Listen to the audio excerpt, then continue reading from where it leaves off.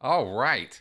So, YouTube tells me we are live, and I am just waiting for the screen to come up and confirm that. There's always a little bit of a delay. I apologize for the little slight unprofessionalism that always happens every time there's a live stream, and I have to check the sound and everything and make sure it's all good. But it looks like it's all good. So, hey everybody, welcome to the Sensibly Speaking podcast. And I am Chris Shelton, your host, and I am doing this live this week, as we all know. Oh, good. So the comments are coming up as you guys are filling in. It's funny because before, just for whatever, for you YouTubers who are watching this, you can see on the stream that when you put the comments in, they show up on the side of the screen, but they don't start showing up until the stream goes live. So I just set this screen up to do this today, and I didn't know whether that was going to be working or not, but it looks like it's working just fine. Excellent. And hey, Copenhagen. Hey, everybody. So for some reason, though, in the comments, it's not showing, super clearly there. The colors are a little off on being able to see the name of the person who's commenting. My bad on that. Anyway, hey, everybody. Yeah, this move, oh my God, moving is so stressful. Oh God, even when everything goes exactly the way you want it to, it's still stressful. And it hasn't all gone exactly the way we wanted it to, but it has gone overall quite well. We have arrived in our home. This is a house now. We are not renting an apartment. I am in one of the bedrooms. This is my studio office space. Mel is really happy because she's got her own office space now, and we have our own, in addition to the bedroom and living room and all the other fun things that you get when you get a house, including yards and things like that. So, quite a nice move overall.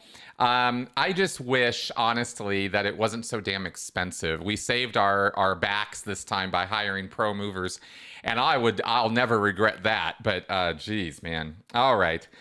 So, all right. You're going to have to let me know and what happy science is. I'm not quite sure exactly what you're referring to there. Send me an email at askchrisshelton@gmail.com, and you can always email me at that email address and ask me questions about anything, or make show suggestions or content suggestions or anything like that you'd like. So I'm a little anxious to get going because I don't want to waste your guys' time with all this intro personal stuff. We are doing a podcast here this week. And this is going to be about talking to cult members. I thought, well, I didn't have an interview for this week. We were moving, and all the other stuff. I didn't even have my office really fully set up until a couple of days ago. So I thought, well, what am I going to do for a podcast this week? And I thought, well, I want to get some feedback from you guys as I'm going here. I've made some notes to talk about, and I thought this might be useful or applicable information thank you, Dorte. I thought this might be useful or applicable information for anybody, really talking to anybody with different beliefs or ideas. I had a really nice chat this week. We had a Zoom call with Anthony Magnabosco, and it got me thinking about this. For those of you who have been longtime show followers, Anthony is a recurring guest I've had a couple times, and he is a proponent of, an advocate for street epistemology, a sort of Socratic method of interfacing or dealing with or dialoguing with people and rooting out why they believe what they believe and why they think what they think, where their beliefs and ideas come from, and how they rationalize or justify those beliefs to themselves. And when you're really truly curious and interested in other people, it is a fascinating technique to get into somebody else's head and inquire as to why they are thinking the way they're thinking. Also happens to be the fact that when you do something like that and you get somebody exploring their own, what's called epistemology, their own knowledge and sources of knowledge and how they accept knowledge, then you find they sometimes start questioning their own deeply held beliefs or ideas. Because you get them thinking about it and engaging with those ideas, since rather than just treating them like most people treat deeply held beliefs, which is that we treat them like stereotypes or cliches, or what's called thought-stopping cliches. They just become this sort of set mold thought pattern, and we don't have to think about it anymore. We don't have to engage with it anymore. And street epistemology asks you to do so and inquires about it. So it's a fascinating topic, and we were talking in some depth about it, and it got me thinking about this topic of talking to cult members. And I thought, well, it's fresh on my mind, and this is certainly stuff that I have been recently educated on and have given a lot of thought to. So I thought that we might tackle this as a live stream this time, because I might connect with questions you guys have during the stream. This is not a Q&A, and I'm not going to sit here and just answer questions, but I am going to be checking and looking and seeing if there's anything, super relevant and important to what I'm talking about. Then I will definitely get in there and respond to that as part of this podcast. For example, Xen asks here, is street epistemology aggressive?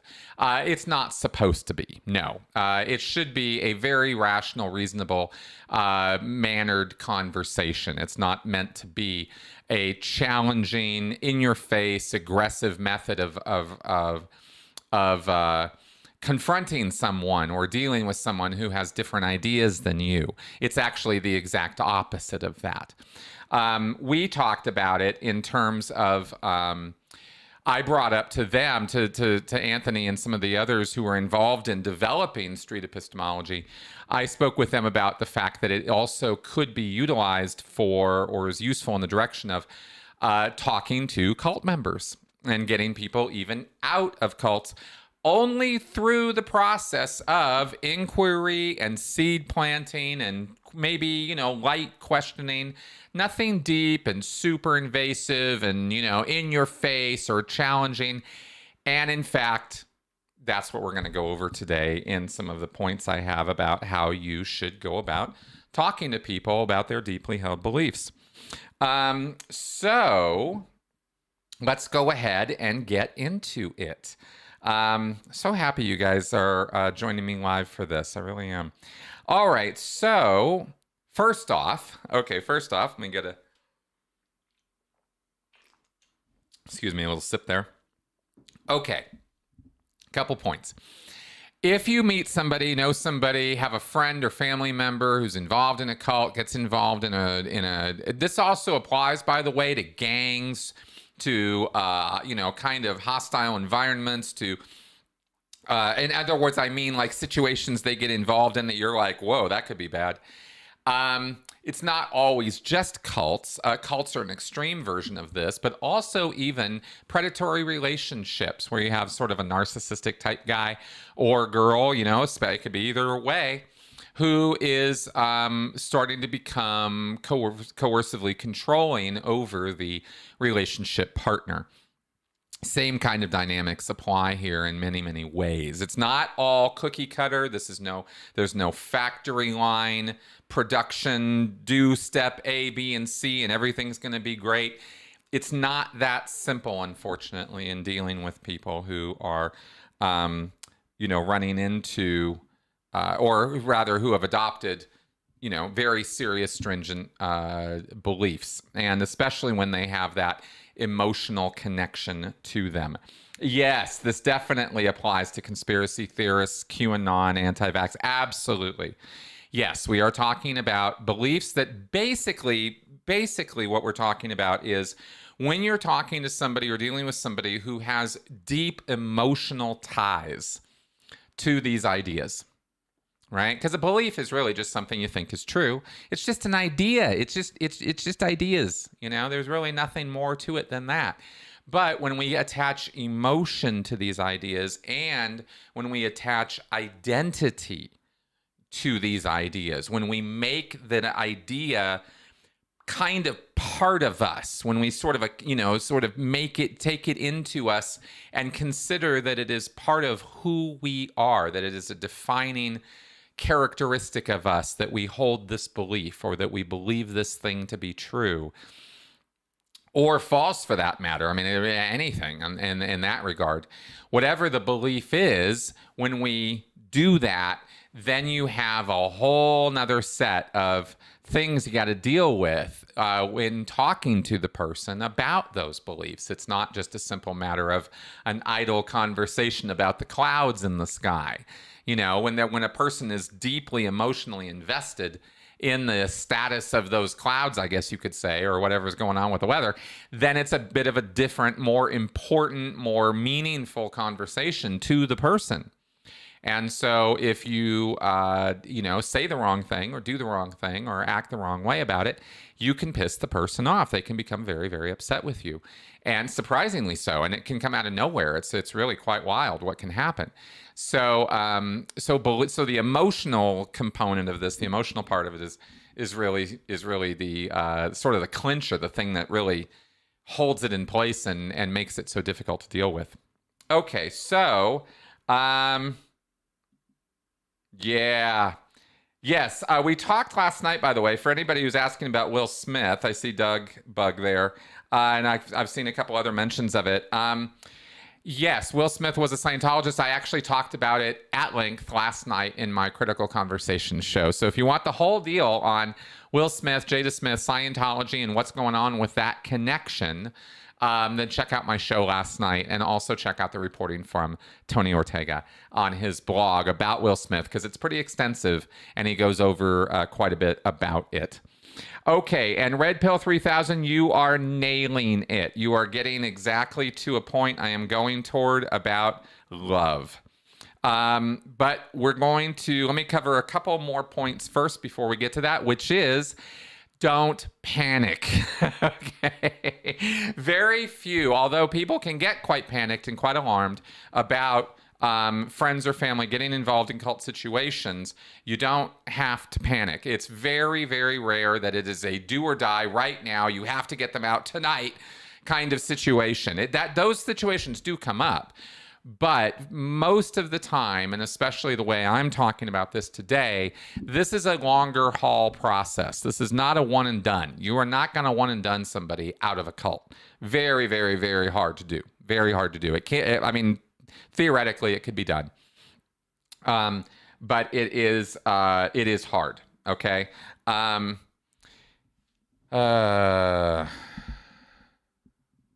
Yeah, Shimoda. Yes. Yes. Will Smith definitely was a Scientologist. And yes, do watch the show last night. Yeah, absolutely. No, he really was. Okay. So anyway, don't panic is my point there. Okay. That's the very, very, very first point, is to the degree that you are not chill, not calm, not clear-minded, not kind of mindful and actively listening, to the degree that you're off center, we could say, in dealing with this person, they're going to sense that, right? They're going to know something's up. They're going to know you got ulterior motives, or something's freaking you out, or you're anxious, or whatever. And they don't want to be the source of that. And they don't feel at all like it should be the source of that. So it feels inappropriate to them. And it feels like it's something like, what? No, don't worry. Don't freak out. This is okay. They that's not the way they're thinking about it. They don't want you thinking about it that way either. And it will only get in the way, is what I'm really trying to say, of any forward progress you might be trying to make. Okay. The other thing to know about this going in, and this is something that a lot of people don't totally, it took me a long time to kind of get my wits around this. So I'm not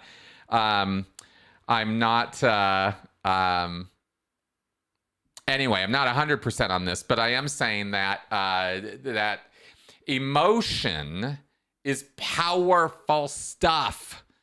Really powerful stuff, okay? And we constantly, especially in the skeptic atheist world, make the mistake of thinking you're going to logic somebody or reason somebody out of an emotionally based stance on something, or you're going to talk somebody out of it.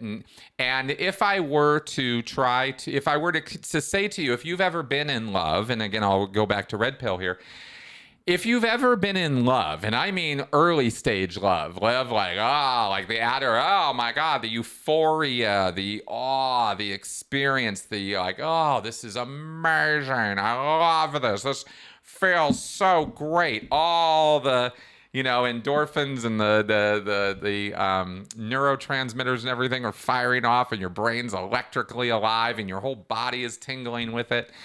That feeling, those feelings that are powerful, and they're susceptible to manipulation, right? We are all susceptible to manipulation. And those feelings, evoking those responses in somebody, is some of the most powerful manipulation you could engage in. And cults, one for one, use that. They are trying, they're going for those euphoric experiences, right? Those awe-inspiring, out of my head, can't believe it kind of experiences. And once you start giving somebody experiences like that, however you do it, whether it's through meditation, whether it's through staring at each other in a communications course in Scientology, whether it's telling them some common sense principle that blows their mind, whether it's giving them a Dianetic session or marrying them in a group, like, meeting Reverend Moon or whatever the thing is, even falling on the floor and speaking in tongues and being in some big group situation where there's a whole lot of, electricity in the air and people are like at church revivals, things like that. That's the kind of experiences I'm talking about, is these really powerful emotional experiences. People have that happen to them, and they do not easily forget about that or want it to go away. They want more of that. So you want to, and it's perfectly fine to have those feelings. That's those feelings and euphoria and awe are not your enemy. They are great. They are the moments that make life most worth living in so many ways, which is why they're so susceptible to being manipulated, right? Is if a trickster, if a predator, if a fraudster or a narcissist can get you into that state, and we'll call it a state for lack of a better word, that kind of experience, and then they can tell you whatever interpretation they want for what that is that you're feeling, why you're feeling that way. It's because you handled an engram in your reactive mind that you feel that way. Or it's because you're exterior now, you're out of your body. This proves you're a thetan, not a body. People glom onto this explanation for it and they go, this is great, give me more of it. And if you can repeat the feat, if you can do it twice, they'll be yours forever, right? Because anybody can have a good time once, but if you can go back and do it again, I'm on to something now, right? And it's really pretty much that easy to get somebody on board almost anything. So, okay, so that is that. Okay, red pill, you are so goofy. All right, now, emotion, basically, bottom line there is that emotion is more powerful than logic and reason. It will overpower in many, many, many contexts. Emotion will overpower our reasoning abilities. And when those emotions are tied to a euphoric experience, like I said, or this reward sort of thing, and another way you could think about it, right? This big time reward system. Then, people don't want to give that up. People don't want to doubt that or think that there's something wrong with that. And those emotions are powerful. And you have to recognize going into something like this, talking to a cult member or even like a conspiracy theorist or something, that you are dealing with an emotional situation, not a logic situation. And it's not going to be a simple matter of talking them out of it by reasons and facts that contradict, by presenting them with reasons or facts that contradict their narrative or their story. They don't want to hear it.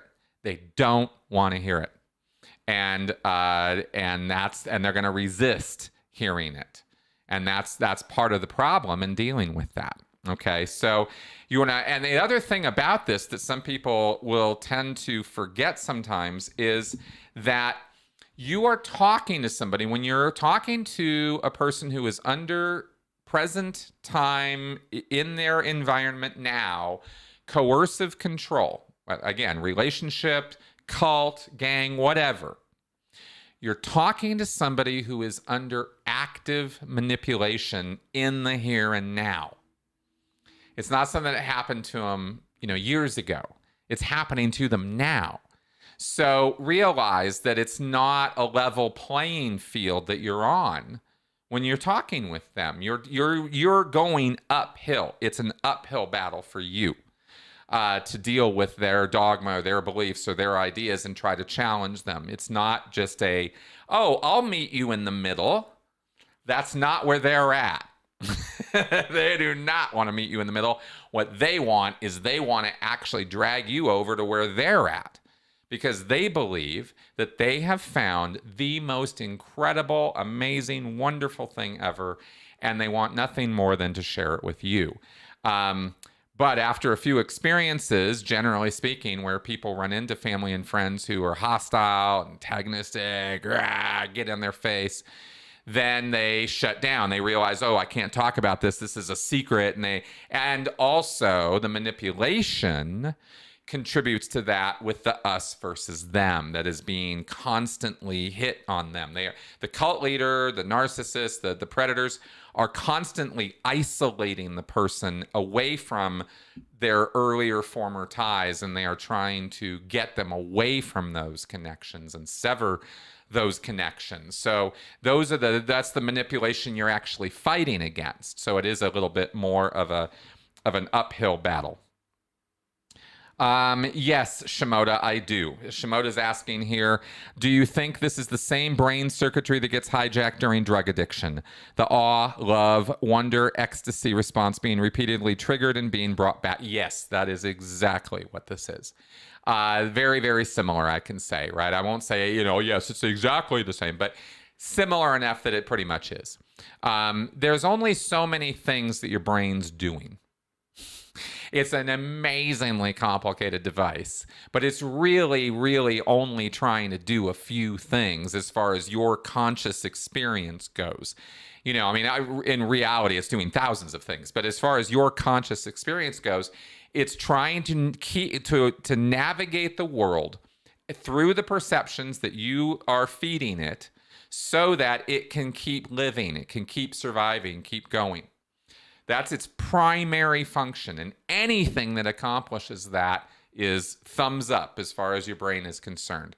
And when the brain is experiencing these incredibly positive, wonderful times, it's got parts of it lighten up that are just like, yeehaw!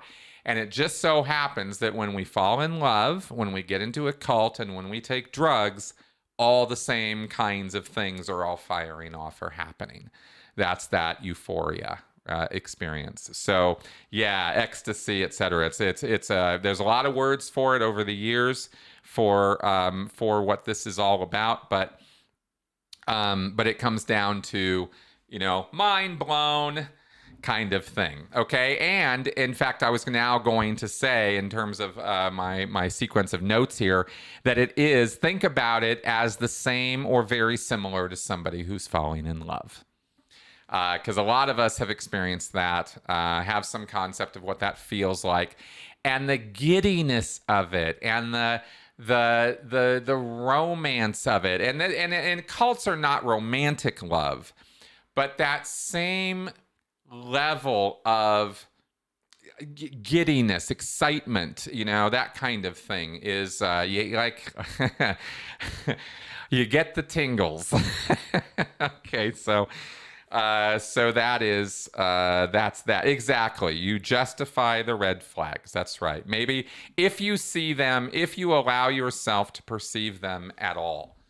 Because there's another little fun thing to throw in here, by the way, for people, which is that our emotional state has an awful lot to do with our ability to perceive things in the first place. And our eyes might wander over a thing, but that doesn't mean we're going to see it. You know what I mean? And that's not just sight. It can be sound. It can be all kinds of things that can be impacted by what we want to be true.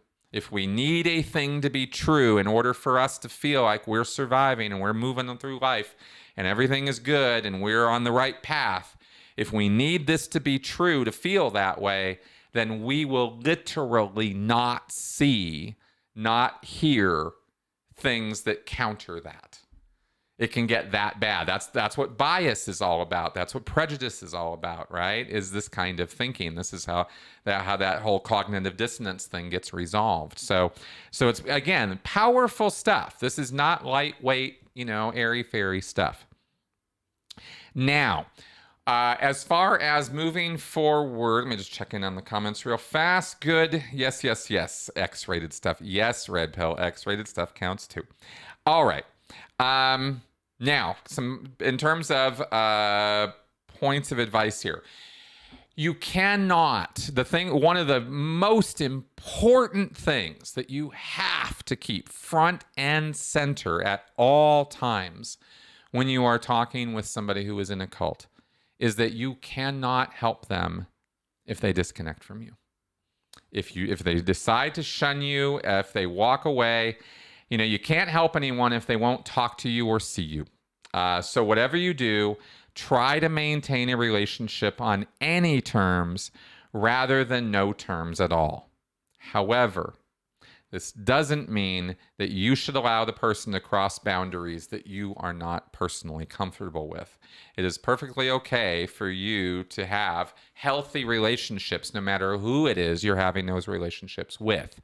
That's up to you and your decisions, right? And if you can't deal with it or handle it, or you don't want that in your life, okay, then don't have it, right? But if you do want to help this person, and if you want to see this person through, and you can envision another side of this where they could kind of come out of that situation and you could be there for them, if you can do that for a person, it is an invaluable thing to do for somebody. It's amazing. I can't even put words to it. It's incredibly helpful and useful and amazing to be there for somebody when they are going through something that they think is an amazing experience, but is not going to end well in all likelihood. And most cult experiences don't end well for people. Majority of people do get out of these groups. They're very revolving door in many, many ways. There's a lot of people who do get stuck in them. I'm not trying to minimize that, but I am also pointing out that you have a good chance that this person or you're related to is eventually going to come to their senses and get out of it. And if you cut them off now or get so angry with them or upset with them or cause them to become so angry, upset with you, that relationship is cut and those bridges are burned, then that might not be so great for you either. It's something to think about. You really do need to give yourself a little bit of time to have a think about that and decide, how important is this relationship to you now and into the future. And if it is important at all, or if it's somebody you care about, then it's a bit of a commitment to do this. But I think it pays off, very, very healthy dividends in the end. So, but at no time along these lines should you allow them to cross boundaries with you that you don't want crossed. In other words, if you don't want them dragging you down to the cult center, you don't have to go. If you don't want to hear their big, huge spiel about it, you don't have to. If you don't want, however you want to set those relationship boundaries, you do still have that freedom. But to the degree that you can invest in it and realize you are helping this person out. Okay. So that is really important to remember. The other thing, in talking with or dealing with cult members or people who are involved in these things is don't lie. Just really, really, really, really try to keep it all above the boards and honest. Now, it doesn't mean you have to be bluntly truthful either or bluntly honest and tell you everything on your mind.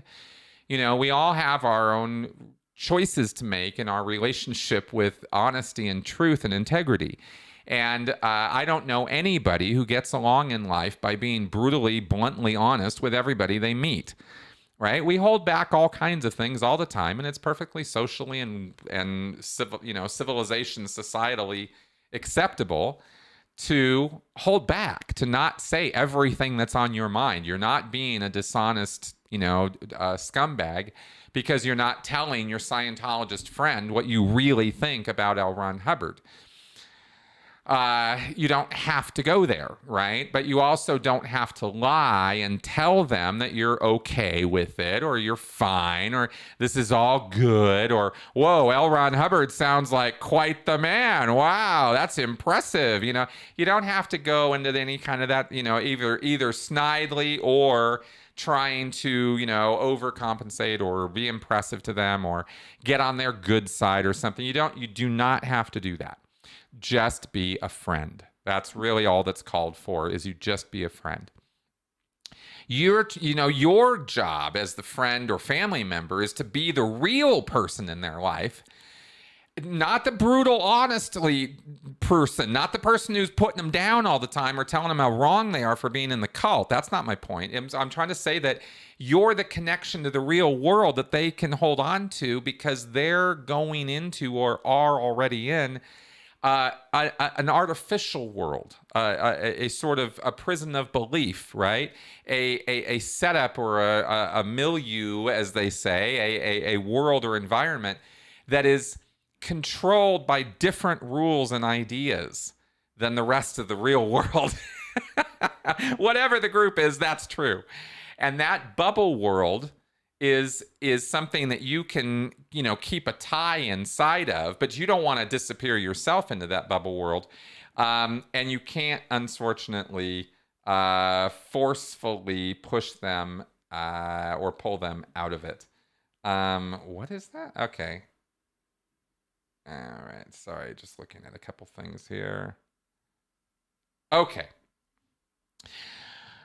So don't lie, okay? But if you can, the thing that's so interesting about talking to cult members is they really want to talk about the cult. And they want to tell you all about it, and they want to get you in. And they've probably got some preconceived, prefabricated set of lines or pattern or words or speeches or whatever that they've got that they want to tell you or give you, or they want to drag you down to the cult or whatever. And you don't have to get involved with it. You don't have to do any of that. You don't have to engage real super serious with that. But you are going to have to give them the time of day if you expect them to give you the time of day. A back and forth means you got to let them talk too. And you got to let them express what's on their mind. If you're just trying to overwhelm and overload them with information about how bad and wrong and horrible it is, the defenses are going to come up and they're not going to be listening. And you're not really having that back and forth that you might want to really be having in order to assure them that you're there for them and that you're still going to be a friend or family member despite their, nutso beliefs. Which, of course, is exactly what you don't say to them. But try to be genuine in your interest or curiosity about what they're involved in. And more specifically, what they think about it, what they see in it, what they get out of it, what they're doing it for, where they think they're going. It's consulting them, not L. Ron Hubbard or Jim Jones or Moon. It's not show me Dianetics and explain Dianetics to me. It's, oh, you had a Dianetic session. That's interesting. What happened? Tell me all about it, right? Or tell me whatever you want to tell me about it, or what was the end result of it, or what'd you get out of it, or what are you trying to resolve with this, or what occurred exactly? Try to get all the data from them that you can, get them talking, get them, open about it.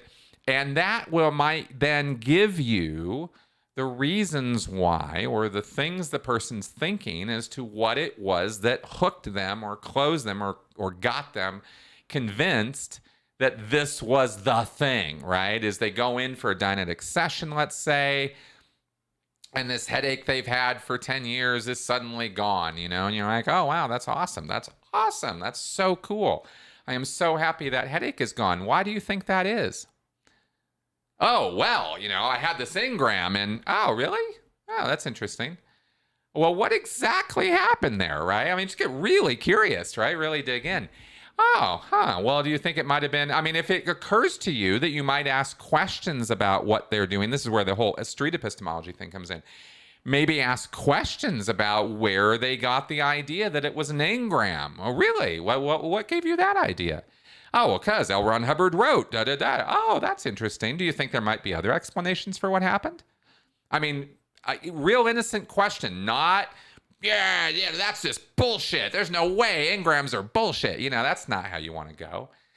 But questioning, light, curious, genuinely interested. That is really, really, really the way to go with that. Okay. Yeah, the bomb, not its creator. That's right. Okay, so let us continue. Oh, yes. Now, as far as arguing against the dogma of the group, right? The beliefs, the rituals, the ideas, the cosmology, right? I mean, we already know that when it comes to Scientology, I really hope everybody knows that it is really next to useless to bring up Xenu or talk at all about their confidential beliefs or any of that kind of stuff.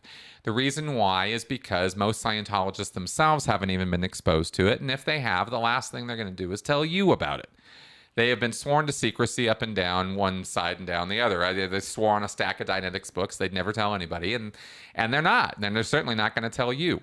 So the point there, though, is not about the relative truth or falsity of the belief set. It's they know better than you do.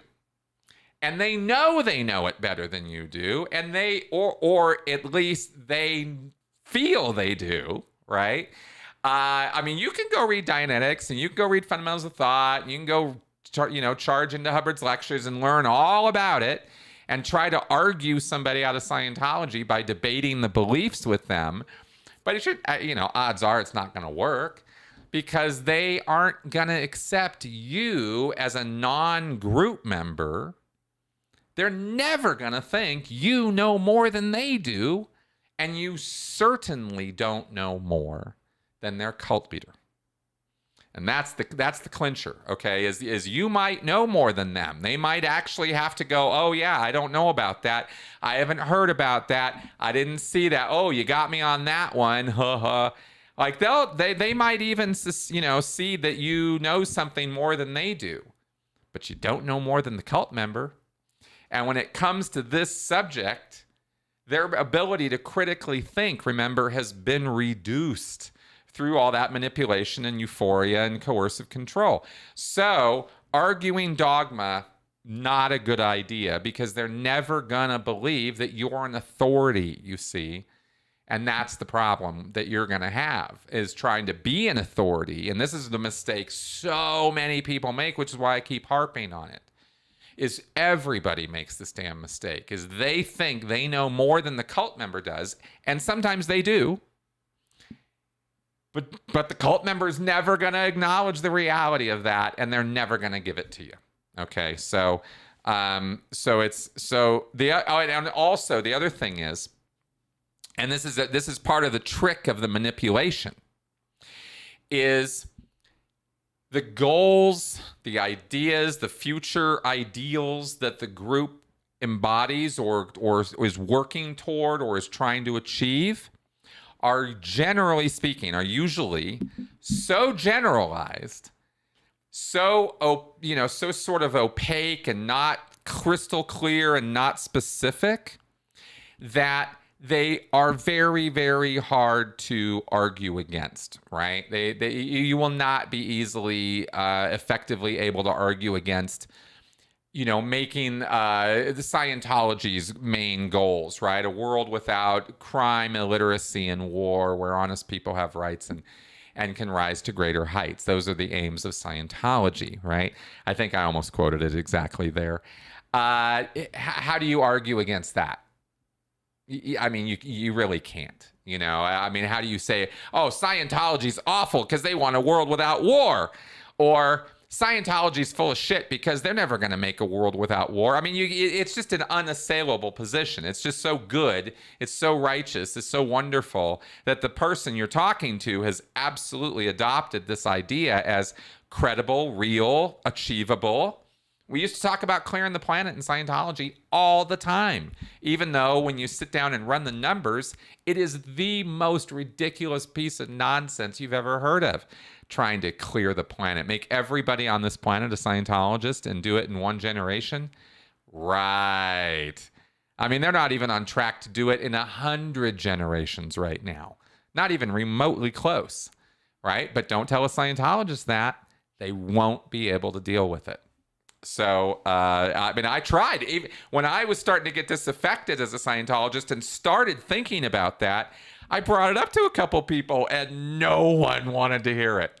No one. So they don't even hear it from other cult members, much less hear it from somebody outside the cult. Not interested, right? Not going to go there. Okay.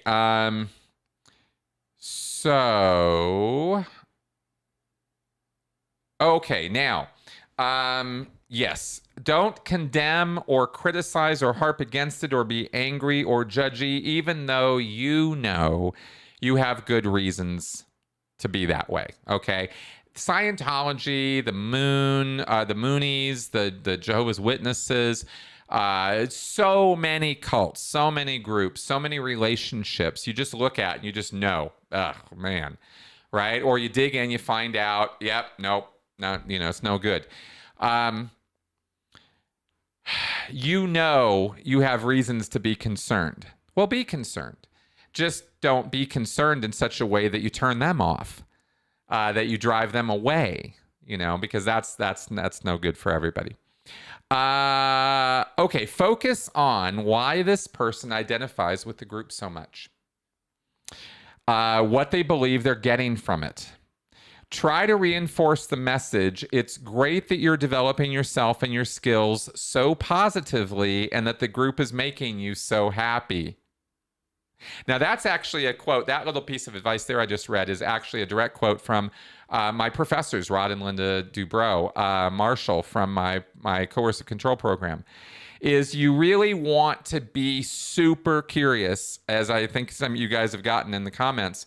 You really want to be super, super curious about what this person is getting out of the experience and why they individually feel connected.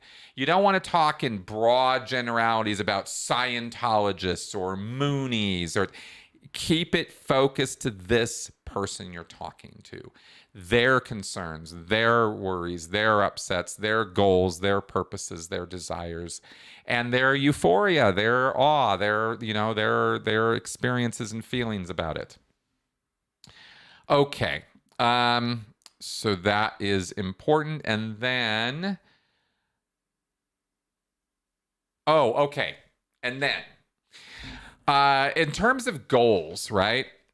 The first goal that you have in talking to somebody who's in a cult or is getting sucked into one or is in one is maintaining that communication line, maintaining that relationship. That's your first primary goal. Always got to keep that front and center, because keeping that front and center should remind you at all times to be a little careful about what you're saying, and always think, okay, this sounds innocuous, but how are they going to hear it? You know, because jokes can go really south really fast, for example. And you really got to like kind of gauge where they're at as far as, can I be light? Can I treat this subject with any degree of levity at all?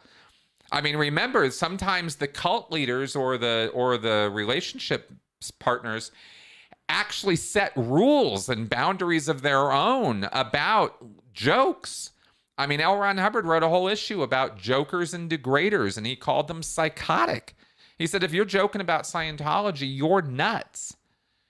And Scientologists take that and apply it to people outside Scientology. So you might not even know all the little hidden landmines that are out there waiting to go off, right? So I'm not saying to, suddenly pull in your flippers. I'm just saying always be conscientious of who you're talking to and what's going on over there, right, with that person. Okay. And so my point is, though, getting them out of the cult may or may not happen because of what you're doing. But it's not your job to do that. As a friend or family member, your job is to have a relationship with them and maintain that relationship and be friendly and to get friendship back from them. It should be a two-way street. And or love, right? Familial connection. That's your job, is to be supportive and loving and caring and that kind of thing. So if you can get them out, great. But don't take it as a failure or some problem or some lack on your part if you can't do it or it doesn't happen. Just being there and maintaining the relationship is itself a win. It is a big challenge and it is a success if you are doing that. Okay? And just the fact that you're doing it is a help to the person, even if they don't know it. Because you're keeping that connection to the outside world, the real world, the place where, we deal in reality, not the fantasies of the cult. Remember that cults, by their nature, are destructive. So odds are, now or at some point in the future, someone or some group of people in that cult are gonna piss your friend or family member off, right? They're gonna do something destructive to this person, right? And there's nothing you can really do about it. It has to kind of happen because they're not gonna be able to break ties or even start thinking critically about this group until something like that happens. Till that awe, euphoria sort of, I guess you could say the fog that they are surrounded by of that starts to dissipate a little bit. And generally speaking, it's destructive crap that happens to them, right? Basically what occurs is some kind of moral dilemma occurs and the cult does the wrong thing. They screw with the person's values in some way that the person's not willing to be screwed with. Whether it's demanding that they sever ties with a family member, for some people that's too much and they go, no, I'm not doing that, and they leave the cult. They don't leave the family member, they leave the cult. But it's not until the cult demands they do that they see for themselves the problem with the group. You could talk to them all day long about all the disconnection that happens in Scientology. And if they listen to you, which they probably won't, but if they do, they're going to believe the entire time that you're saying that to them, that it's never going to happen to them. The cult members are almost, it's almost awe-inspiring.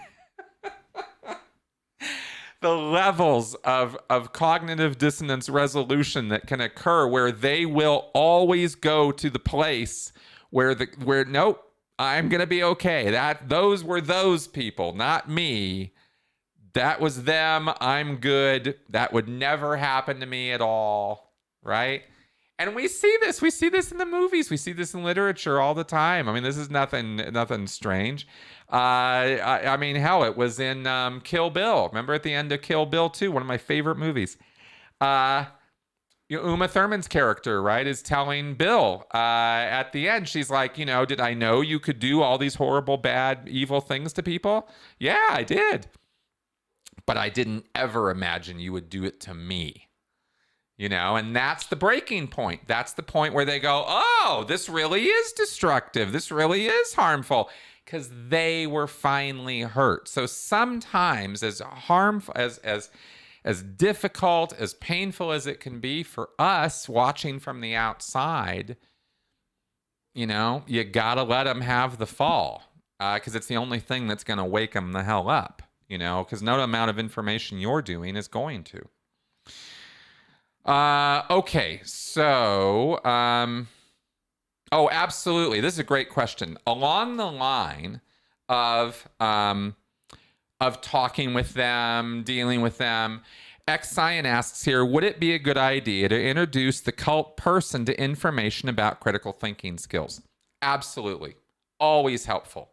Never a bad idea to teach somebody about education, critical thinking, emotion, science literacy. These are all things that are always going to benefit a person. I mean, almost no matter what the context. So, but realize again, always keep front and center. Always keep front and center that the whole point, the whole thing about being under coercive control and being in a cult situation is that the person has lowered all their defenses. They are not thinking critically about this subject.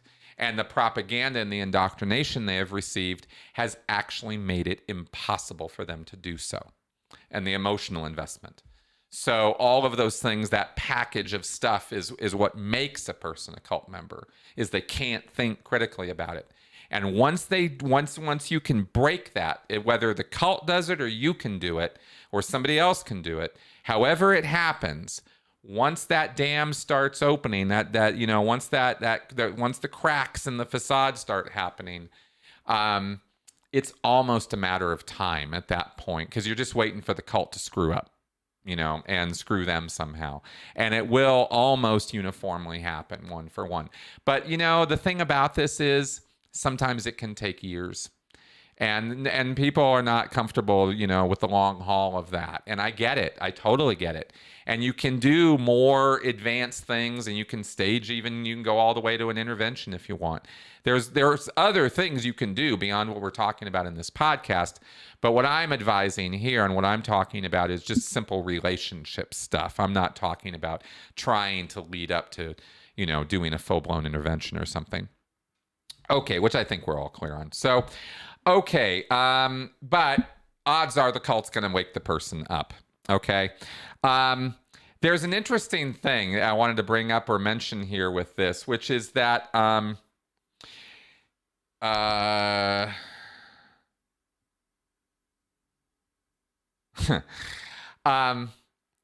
relationships, I got a piece of advice years ago when I was dating.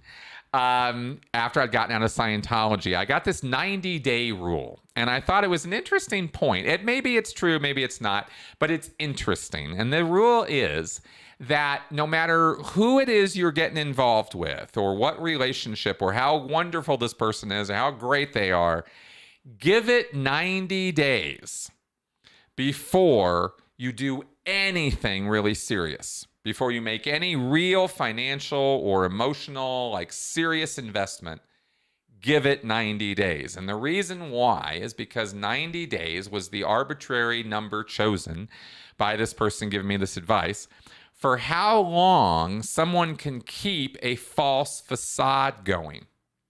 How long can somebody keep up a pretense of somebody else than they really are, trying to present to you, I'm this wonderful, awesome, amazing person. Well, after 90 days, almost anybody is going to have cracks in that facade start to show up, if the facade doesn't completely fall apart by that time. So you're going to get to, in other words, you're going to start seeing who the real person is underneath all of the propaganda. Right? And that 90-day rule, I don't know that it's only 90 days when it comes to an organization, but I think there's a similar analogy, an analogous thing that could be made when it comes to groups that people get involved in. There's this honeymoon period, in other words, right? This wonderful period where they can do no wrong, everything will be wonderful, it's all so great, nothing bad could ever happen here, these are the best bunch of people. Well, since you've got a group of people there, I think that they collectively might be able to keep the facade going a little longer than 90 days, is my own personal opinion about that. But eventually, the cracks start showing, right? And the awe starts kind of, petering out a little bit. Because it's impossible for a human being to experience ever-increasing amounts of serotonin and dopamine and keep getting hit for the rest of their lives. Nobody's doing that, right? Eventually, the cracks start showing. And so if you give it time, then that natural organic process will probably start occurring. And if you're listening carefully to what the person's telling you, and you really keep that friendly communication going, they might start sharing those ideas with you, those doubts, those cracks, those, oh man, I went down to this church today and they just would not shut up about getting me to take out a second mortgage on my house. And I just don't want to do that, And maybe that's all they say. And you go, damn, yeah, that's fucked up. They shouldn't be doing that. And maybe that's it. Maybe that's the entirety of the conversation. But you've now planted a seed, you see. Now you got a negative against this overwhelming avalanche of positive, right? And the reality is that there's all kinds of negative there, but they have to see it. And to the degree that they see it, you acknowledge it, you validate it. Yes, I agree, that is not right. And that's about as far as you go. If you see an opening for more, great, go for it. But careful, always tread carefully. You can go too far, too fast, so easily. So always be aware of what you're saying and how it might be perceived. Okay. And let me just check in real fast on the comments. Okay, good. Good, guys. Okay, and then I'm going to get to my last points here. If you are a stable, pleasant, or at least friendly voice for the person, no matter what, you will be of more help to them than you know. A cult is all about changing a person, and by keeping in touch with them and keeping it real, you keep them connected with the world outside the cult, and that is almost never a waste of time. And that is the last final thought I wanted to leave on that, okay, is everything you're doing to try to help them or stay in touch with them or keep them tied to reality, everything you do actually does help. And even if it doesn't feel like it, even if it feels like they're being taken advantage of and they're being run off the cliff and, and all that kind of thing, you just being around and being there for them actually does matter and actually does help. And eventually, if they come back around to it and get out of that, they'll see that too. And there's nothing that gives you a bigger payoff than when they come around and finally get it, and because if you're not an asshole about it, right, and you don't run into and you just can't wait to give them all the I told you so's, just don't do that. If you can just refrain from doing that, you're going to find they're going to do that to themselves way harder than you're ever going to want to do it to them anyway. Right? And then you got to be there for them on a whole nother level. And cult recovery, right? But that's a much funner problem to have than them being in the cult. So yeah, this hour did fly by, didn't it? I didn't really have this timed. I wasn't sure how this was going to go. Hey, Steve. Hey, from LA. Okay, so observe, remember, compare. Yeah, there you go. Exactly. All right, guys. So thanks very much for coming around. I think I'm going to start wrapping up here. I really had a nice time doing this talk with you guys today, and I hope that this information was useful, helpful, and maybe mildly entertaining in some fashion along the way. Always, never know what's going to happen during a live stream. But you guys have been great, and there have been some really great questions here along the way. Here's another great question. If I have a longtime friend that has gone to the dark side, should I just not allow us to talk about those kinds of subjects? If that's what's going to maintain the friendship, then yeah, right? Whatever you, in your context, your situation, you're going to know better than me how to keep it going.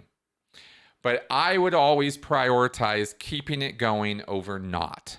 So whatever is going to make that possible, do that. And let them be the guide as to what they will and won't hear from you and that kind of thing. You'll learn very quickly what they will or won't deal with from you. And they will also need to learn what you will be willing to hear from them. It's okay that you tell them, you know, I really don't want to talk about L. Ron Hubbard today. Could we talk about something else? It's okay to do that, you know, and they need to be in the relationship too, you know. So there is all of that. There will be a Q&A tomorrow. It will be pre-recorded. I will not be doing it live. So there you go for that. All right, guys. So that all being said, I guess we will wrap up. I did want to put a quick plug in real quick. Patreon, Venmo, PayPal, whatever. Show me some love. Send me some support. We definitely could use it. And it's always, always helpful because this channel is 100% fan funded by you guys. All right. Thanks very much. And I'll see you guys. Let's see. I will see you next live this next week on Friday for our next Critical Conversations. All right, guys. Bye-bye.